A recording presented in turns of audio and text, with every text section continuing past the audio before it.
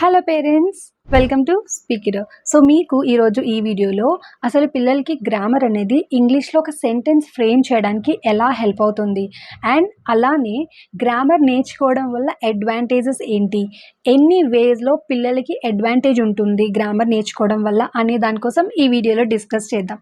So without any delay, let's get in to the video.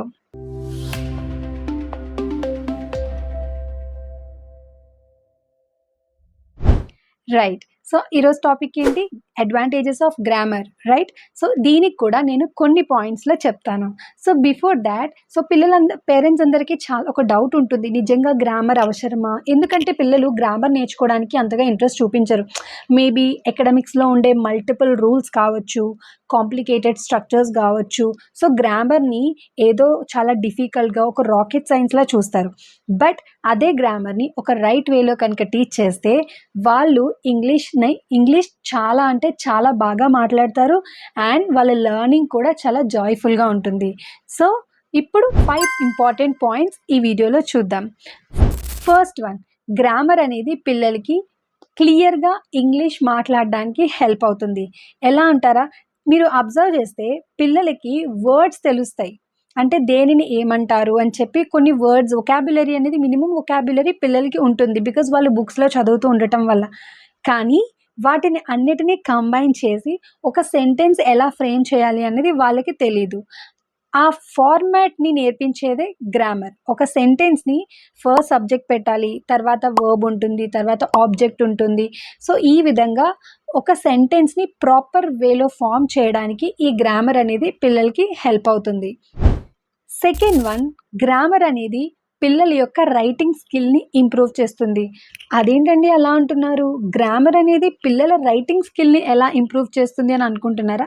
ఎందుకంటే grammar మీద grip ఉండి పిల్లలు కనుక ఒక బుక్ రీడింగ్ ఏదైనా ఒక సెంటెన్స్ కానీ ఒక స్టోరీ కానీ వాళ్ళ బుక్స్లో ఉన్నవి చదువుతున్నప్పుడు వాళ్ళకి సెంటెన్సెస్ అనేవి ఇంకా బాగా అర్థమవుతాయి, అండ్ వాళ్ళు రాయాలనుకున్నది కూడా చాలా నీట్గా క్లియర్గా వాళ్ళు రాసేదాని మీద వాళ్ళకి ఒక క్లారిటీ అనేది ఉంటుంది. ఇదంతా కూడా గ్రామర్ మీద ఐడియా ఉంటే వస్తుంది. సో ఈ విధంగా గ్రామర్ వల్ల రైటింగ్ కూడా చాలా ఇంప్రూవ్ అవుతుంది. ఇంకా మీకు ఎగ్జాంపుల్ చెప్పాలంటే, ఇప్పుడు ఒక క్వశ్చన్ ఉంది ఎగ్జామ్లో, పిల్లలకి ఆ పర్టిక్యులర్ స్టూడెంట్కి ఆ క్వశ్చన్ చాలా క్లారిటీగా ఉంది, ఆన్సర్ ఏం రాయాలో తెలుసు, ఆ సెంటెన్స్ ఫార్మేషన్ కూడా తెలుసు అనుకోండి, వితౌట్ ఎనీ డౌట్స్ చాలా నీట్గా కామ్గా పీస్ ఆఫ్ మైండ్తో తను రాసుకుంటూ వెళ్ళిపోతాడు. సో ఆ విధంగా ప్రాపర్ రైటింగ్ అనేది బిల్డ్ అవుతుంది. అదే ఇంకొక స్టూడెంట్ని తీసుకోండి, ఇన్ కేస్ ఆ క్వశ్చన్ అర్థం కాలేదు, చాలా డౌట్ ఉంది, ఆన్సర్ తెలుసు, బట్ దాన్ని ఎలా ఒక సెంటెన్స్ని ఫామ్ చేయాలో తెలియదు అనుకోండి, తను చాలా డౌట్గా ఒక క్లమ్జీ హ్యాండ్ రైటింగ్తో తను ఎగ్జామ్ని అటెండ్ చేస్తాడు. సో ఈ విధంగా గ్రామర్ వల్ల పిల్లలకి హ్యాండ్ రైటింగ్ అనేది ఇంప్రూవ్ అవుతుంది. Third one, grammar builds confidence.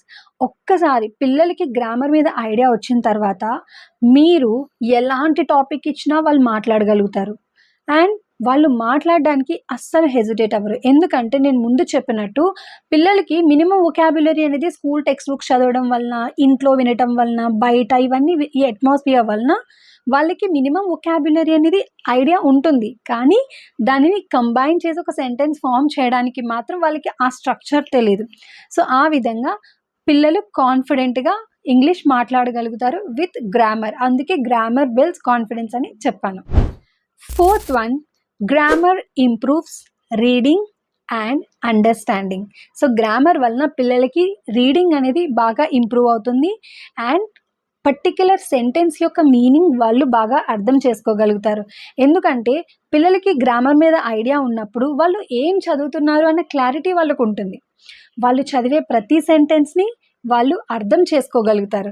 So వాళ్ళు అర్థం చేసుకోవడం ఎప్పుడైతే పిల్లలకి వస్తుందో అలాంటి టైంలో వాళ్ళు వాళ్ళ స్కూల్లో ఉన్న లెసన్స్లా కానీ బుక్స్లో ఉండే లెసన్స్, స్టోరీస్ ఇవన్నీ బట్టి పట్టాల్సిన అవసరం ఉండదు. So they directly understand the concept, and they don't need multiple revisions. వాళ్ళు ఓన్గా వాళ్ళకి అర్థమైన కాన్సెప్ట్ని ఇంగ్లీష్లో ఒక ప్రాపర్ సెంటెన్స్లో ఎగ్జామ్స్లో కూడా ప్రజెంట్ చేయగలుగుతారు. Fifth one, grammar supports academic success.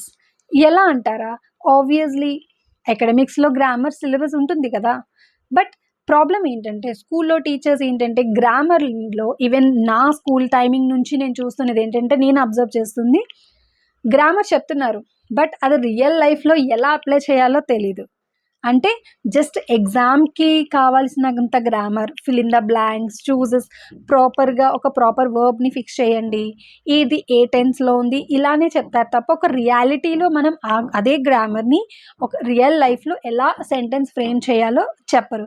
So thought is the problem. In case పిల్లలకి కనుక గ్రామర్ మీద ఒక ప్రాపర్ వేలో మనం టీచ్ చేయగలిగితే వాళ్ళకి అకాడమిక్స్‌లో కూడా సక్సెస్ ఉంటుంది. పేరెంట్స్ అందరూ గుర్తుపెట్టుకోవాల్సిన ఒక్క ఇంపార్టెంట్ థింగ్ ఏంటంటే గ్రామర్ అనేది ఇంగ్లీష్ నేర్పించడానికి పిల్లలకి చాలా ఇంపార్టెంట్.